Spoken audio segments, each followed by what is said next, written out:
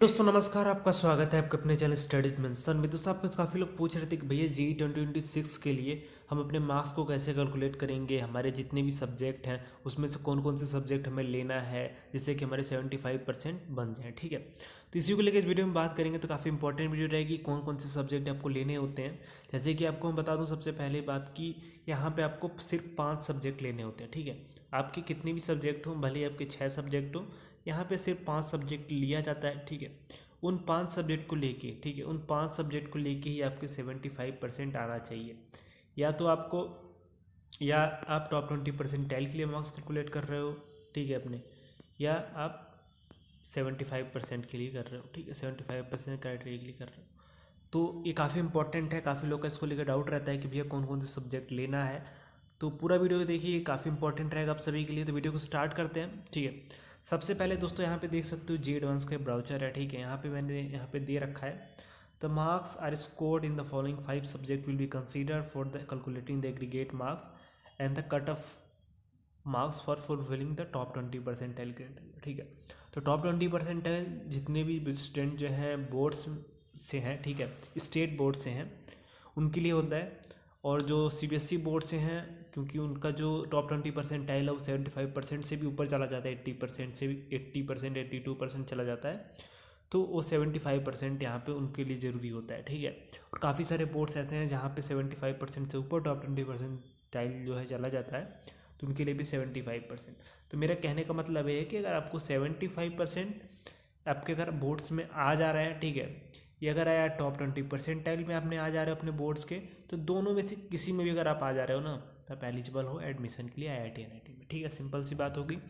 और यहाँ पे जो मैं सब्जेक्ट बताने वाला हूँ, ये टॉप 20 परसेंटाइल हो, बोर्ड्स हो, सभी के लिए एप्लीकेबल है। ठीक है, तो वीडियो को आगे बढ़ाते हैं। सबसे पहला सब्जेक्ट है हमारा फिजिक्स। ठीक है, तो यहाँ पे फिजिक्स आपका होना चाहिए, ठीक है, आपके बोर्ड्स में, और फिजिक्स सबसे पहला है। ठीक है, दूसरे नंबर पे हमारा जो सब्जेक्ट है वो है केमिस्ट्री मैथ। ठीक है, दूसरा तीसरे नंबर पे है मैथ। और अगला जो है, काफ़ी लोग पूछते हैं कि भैया क्या इंग्लिश कंपलसरी होता है जेई के लिए। ठीक है, क्या इंग्लिश कंपलसरी है? तो इसका आंसर है कि इंग्लिश कंपलसरी नहीं है। ठीक है, यहाँ पे देख सकते हो क्या दे रखा है, a language if the candidate has taken more than one language then the language with the higher marks will be considered. ठीक है, तो अगर आपने 2 लैंग्वेज सब्जेक्ट ले रखा है, ठीक है, मान लो कि आपने हिंदी इंग्लिश ले रखा है, ठीक है, हिंदी और इंग्लिश ले रखा है, या हो सकता है कि आपकी कोई और लैंग्वेज हो, ठीक है, कोई कोई दूसरी भी लैंग्वेज सब्जेक्ट हो सकती है। तो कोई भी लैंग्वेज सब्जेक्ट है आपके पास, 2 लैंग्वेज सब्जेक्ट है, मान लो एक इंग्लिश है, कोई एक और आपने अलग लैंग्वेज ले रखी है, हिंदी के अलावा कोई और ले रखी है, तो यहाँ पे जो है दोनों में से जो सबसे ज़्यादा, ठीक है, दोनों में से जो सबसे ज़्यादा मार्क्स आपके होंगे, दोनों में से, जैसे मान लो कि यहाँ पे मेरे हिंदी में सबसे ज़्यादा मार्क्स हैं, ठीक है, तो हिंदी में तो ज़्यादा है, इंग्लिश से भी ज़्यादा है, तो आप हिंदी वाले अपने मार्क्स को ले लो। ठीक है, अगर इंग्लिश में ज़्यादा है तो इंग्लिश वाले मार्क्स को ले लो। वैसे ही आपकी जो भी लैंग्वेज सब्जेक्ट होगी, उस लैंग्वेज सब्जेक्ट में अगर ज़्यादा मार्क्स है तो उसको ले लो आप। ठीक है, तो यहीं पे ये बात यहाँ पे दे रखा है कि language if the candidate has taken more than one language then the language with the higher marks will be considered. ठीक है, तो देखा जाएगा। अब यहाँ पे हमारे 4 सब्जेक्ट हो चुके हैं, ठीक है, और हमें जो है 5 सब्जेक्ट ही लेने हैं। ठीक है, ऐसा नहीं कि किसी के 7 सब्जेक्ट है तो सातों सब्जेक्ट का पूरा जितने मार्क्स हैं सब कैलकुलेट कर लिया और 7 सब्जेक्ट में दिखा के यहाँ पे दिखा दिया कि भाई 7 सब्जेक्ट में 75% आ रहे हैं। तो ऐसे नहीं होगा, यहाँ पे मार्क्स का कैलकुलेशन ऐसे नहीं होगा।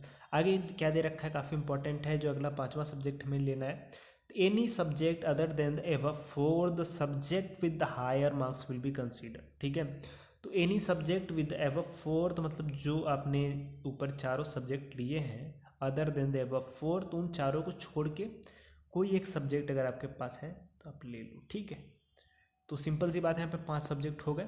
अगर काफ़ी स्टूडेंट जो है स्टेट बोर्ड वाले हैं तो उनके अगर मान लो कि कुल 5 ही सब्जेक्ट हैं, ठीक है, और उनके कुल 5 ही सब्जेक्ट हैं, उनके 5 सब्जेक्ट में 2 सब्जेक्ट तो हिंदी इंग्लिश हो गया, ठीक है, और फिजिक्स केमिस्ट्री मैथ, तो उनको जो है कुछ भी यहाँ पे कैलकुलेशन करने की जरूरत नहीं है। उनके जितने भी परसेंटेज बन रही है, तो हिंदी इंग्लिश फिजिक्स केमिस्ट्री में तो 5 सब्जेक्ट तो उनके ऐसे ही हो गए। तो यहाँ पे जितने भी परसेंटेज निकालने में आपकी परसेंटेज आ रही है, मान लो आपके 76 आ रहे हैं, तो आप एलिजिबल हो। ठीक है, जितने भी बोर्ड्स वाले स्टूडेंट हैं उनकी बात कर रहा हूँ यहाँ पे मैं। ठीक है, तो यहाँ पे, और यहाँ पे अगर मान लो कि आपके जितने भी मार्क्स यहाँ पे आ रहे हैं उसमें अगर आप टॉप 20 परसेंटाइल में आ रहे हो तब भी आप एलिजिबल हो। ठीक है, तो डाउट क्लियर हो गया होगा कि यहाँ पे आपको जो है सिर्फ 5 सब्जेक्ट ही लेने होते हैं जेई के लिए। जेई की बात हो रही है यहाँ पे, तो जेई के 75% एग्रीगेट मार्क्स अगर कैलकुलेट करना है तो ऐसे मार्क्स जो है आपके कैलकुलेट हो रहे होते हैं। ठीक है, तो इन पांचों सब्जेक्ट को आपको मार्क्स को आपको निकालना है और 75% अगर आ जाते हैं तो आप एलिजिबल हो। ठीक है, अगर टॉप 20% में आ जाते हो तो भी आप एलिजिबल हो। अपने स्टेट बोर्ड की टॉप 20% देखने के लिए चैनल पे जाके आप देख सकते हो, वहाँ पे बहुत सारी स्टेट बोर्ड्स की मैंने वीडियो बनाई हुई है टॉप 20% लिस्ट की, तो वहाँ पे जाके आप क्लियर कर सकते हो अपने स्टेट बोर्ड का। ठीक है, और अगर आपको लगता है तो कमेंट सेक्शन में बता सकते हो। नेक्स्ट वीडियो में हम लोग और भी कुछ टॉप 20% वीडियोज़ को लेकर बात कर लेंगे। तो यहीं तक थी आज की वीडियो, तब तक के लिए धन्यवाद। जय हिंद, वंदे मातरम।